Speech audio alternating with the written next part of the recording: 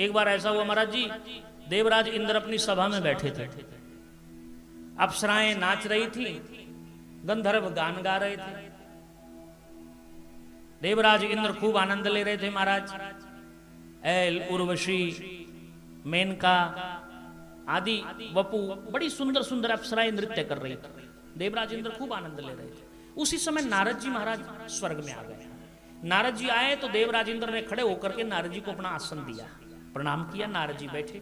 अप्सराओं ने नाच गाना बंद कर दिया, बैरागी बाबा है महाराज, उनके सामने क्या नाच गाना करें। तो देवराज इंद्र नारद जी के चरणों में बैठे और नारद जी से कहा, महाराज क्या आप ये जो अप्सराएं खड़ी हैं, ये जो गंधर्व हैं, इनसे कुछ गाना सुनना चाहेंगे, कुछ नृत्य देखना चाहेंगे? तो नारद जी महाराज ने ऐसे स्वीकार कर लिया कि ठीक है, कोई बात नहीं, गाओ और नाचो। अब महात्मा है, महात्मा की तरह कह दिया कि ठीक है, सरल स्वभाव से। इंद्र कहने लगे, नहीं महाराज, आप जिस अप्सरा से कहें वही आपके सामने नृत्य करेगी, जिस गंधर्व से कहें वही गान करेगा। तो नारद जी बोले, हमारी बात सुनो, वही अप्सरा हमारे सामने नृत्य कर सकती है जो अप्सरा सब में श्रेष्ठ हो। अब जितनी भी वहां खड़ी थी स्वर्ग में, सबका आपस में विरोध हो गया। वो कहने लगी मैं श्रेष्ठ हूं, वो कहने लगी मैं श्रेष्ठ हूं, वो कहने लगी मैं श्रेष्ठ हूं। नारद जी बोले, झगड़ा मत करो, एक बताओ कि तुम सब में से श्रेष्ठ कौन है। तो महाराज देवराज इंद्र कहने लगे, महाराज आप ही बता दो इनमें श्रेष्ठ कौन है। नारद जी बोले, भाई श्रेष्ठ वही है जो दुर्वासा मुनि तपस्या कर रहे हैं पर्वत पर, जाकर के उनकी तपस्या को भंग कर दे, वही श्रेष्ठ है। अब सब पीछे हट गए। एक वपु नाम की अप्सरा थी, वो सामने आई नारद जी के। नारद जी से कहने लगी कि मैं ये काम कर सकती हूँ।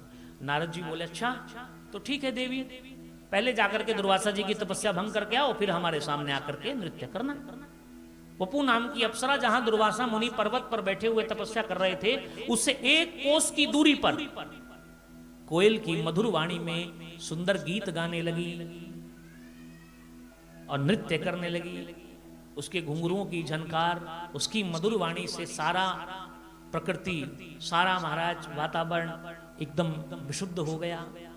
महाराज जी तपस्या में बैठे थे, कामदेव प्रकट हो गए, रोम रोम महाराज जी का हिल गया। तपस्या में बैठे बैठे नेत्र दुर्वासा मुनि के खुले, चारों ओर दृष्टि घुमाकर देखा, कोई नहीं है। फिर ध्यान से सुना, कहीं दूर से कोयल के जैसी आवाज मधुर आ रही थी। दुर्वासा मुनि कहने लगे, कौन आ गया? जाकर के देखा, एक कोस की दूरी पर वपु नाम की अप्सरा गान कर रही थी। दुर्वासा मुनि ने दूर से देखा, देख करके कहने लगे, री दुष्टा, तेरी इतनी हिम्मत, तू एक महात्मा के भजन में विक्षेप करने आई है, एक महात्मा की समाधि तोड़ने आई है। जा, मैं तुझे श्राप देता हूं, पक्षी बन जा, 16 वर्ष तक तू पक्षी की योनि में रहेगी। दुर्वासा मुनि ने उस वपु नाम की अप्सरा को जैसे श्राप दिया, वो चरणों में गिर करके कहने लगी, महाराज ये तो सब नारद जी ने हमसे करने के लिए कहा था, अब हमने कर दिया, आपने श्राप दे दिया, अब कैसे कल्याण हो।